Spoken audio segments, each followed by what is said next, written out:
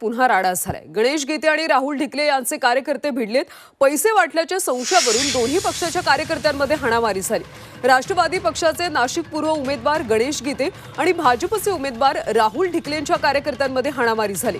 हाणामारीमध्ये गणेश गीते यांच्या कार्यकर्त्यांची स्कॉर्पिओ गाडी फोडण्यात आली। पंचवटी परिसरामध्ये असलेल्या नाग चौकातल्या वरून नदी पुलावरून हा राडा झाला। पंचवटी पोलिसांनी 2 ते 3 संशयितांना ताब्यात घेतलं।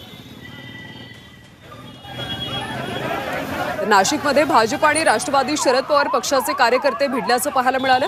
गणेश गीते आणि राहुल ढिकलेंच्या कार्यकर्त्यांमध्ये राडा झालाय। पैसे वाटपाच्या संशयावरून त्यांच्यामध्ये हाणामारी झाली। या हाणामारीमध्ये गणेश गीते यांच्या कार्यकर्त्यांची स्कॉर्पिओ गाडी फोडण्यात आली। पंचवटी परिसरात असलेल्या नाग चौकातल्या वरून नदी पुलावरून हा राडा झालाय। दरम्यान या सगळ्या प्रकरणी पोलिसांनी 2 ते 3 संशयितांना ताब्यात घेतलं।